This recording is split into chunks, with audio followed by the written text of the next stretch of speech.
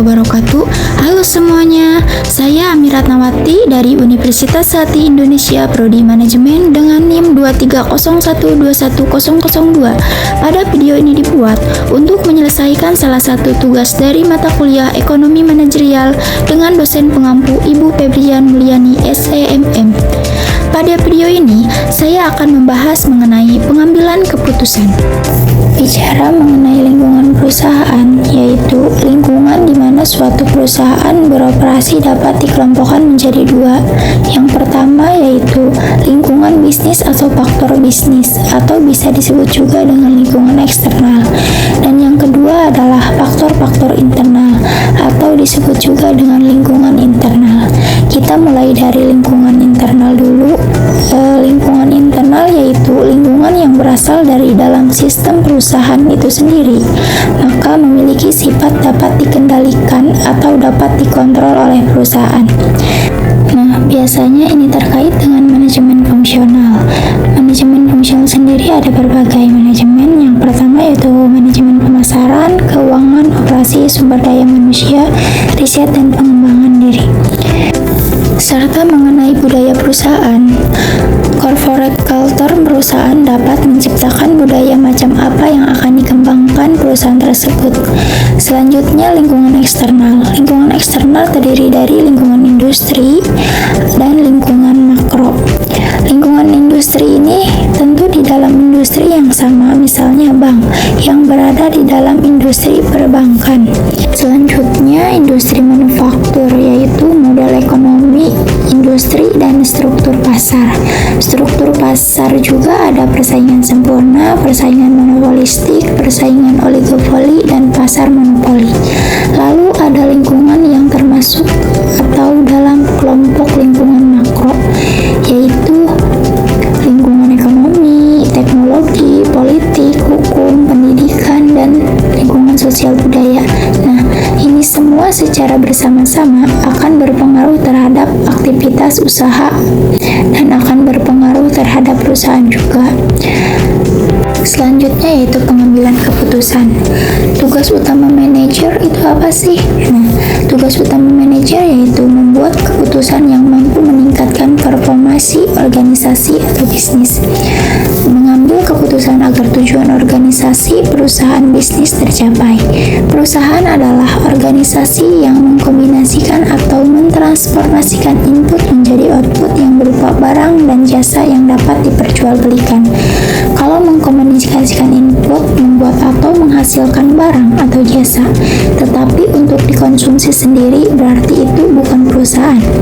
Kata kuncinya yaitu perusahaan adalah bahwa barang yang dihasilkan tersebut akan diperjualbelikan untuk apa? Untuk menciptakan laba.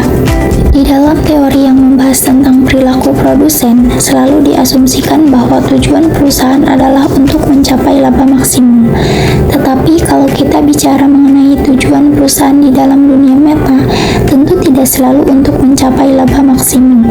Ada juga yang tujuan untuk bertahan sekedar hidup, atau perusahaan memiliki tujuan untuk menguasai pasar, dan lain-lain. Jadi, laba maksimum itu tidak menjadi tujuan di perusahaan. Di dalam mencapai tujuan yang ditetapkan perusahaan, sering dihadapkan pada berbagai permasalahan. Ada keputusan-keputusan atau permasalahan-permasalahan manajemen. Masalah timbul ketika terdapat kesenjangan antara kondisi empiris. Empiris bisa disebut juga dengan kondisi yang sesungguhnya dengan yang diinginkan oleh manajer. Yang kedua yaitu dalam setiap organisasi, setiap manajer pasti menghadapi masalah-masalah manajerial dalam kegiatan sehari-hari. Nah, teman-teman, kira-kira kesenjangan macam apa sih yang dihadapi oleh suatu perusahaan? Di sini ada contoh sederhananya, sebuah universitas. Apa yang diinginkan atau apa tujuan dari sebuah universitas? Menyediakan pendidikan yang memuaskan kepada sebanyak mungkin mahasiswa, memberikan kesejahteraan yang tinggi bagi para pegawainya. Tetapi universitas juga dihadapkan pada keterbatasan.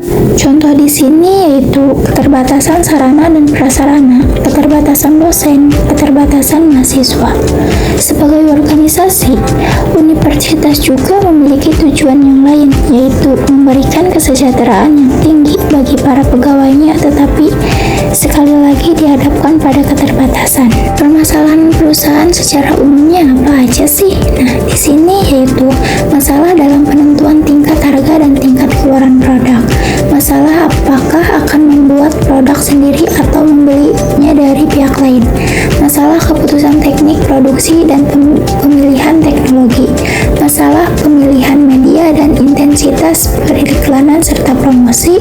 Masalah investasi dan pendanaan.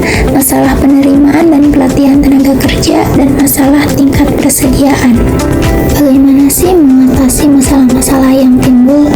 Untuk mengatasi masalah-masalah manajerial, manajer perlu mengambil keputusan efektif dalam arti keputusan yang terbaik atau paling optimal, maksimasi atau minimisasi.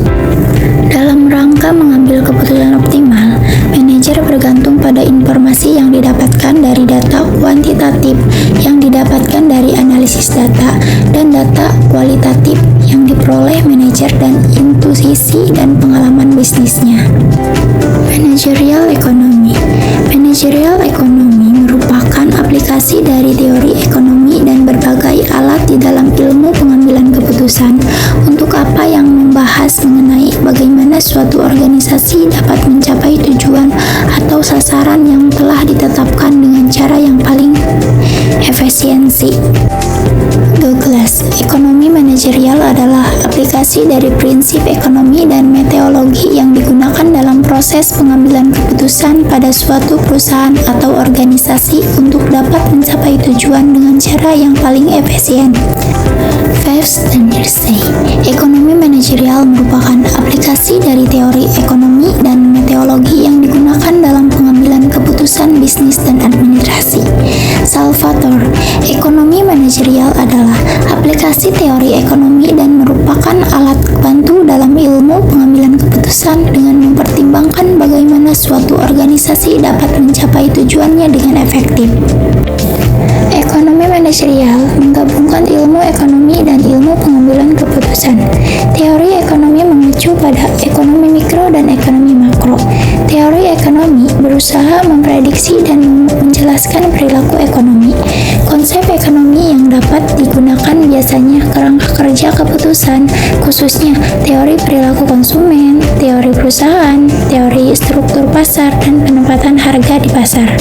Ekonomi mikro terapan bertujuan memberikan kerangka kerja untuk menganalisis keputusan-keputusan manajerial. Prinsip-prinsip ekonomi manajerial dalam pengambilan keputusan oleh manajer berkaitan dengan pengalokasian sumber daya yang langka secara efisien. Ilmu pengambilan keputusan menyangkut alat dan teknik analisa numerik, matematis, estimasi statistik, teknik parameter, dan teknik optimisasi.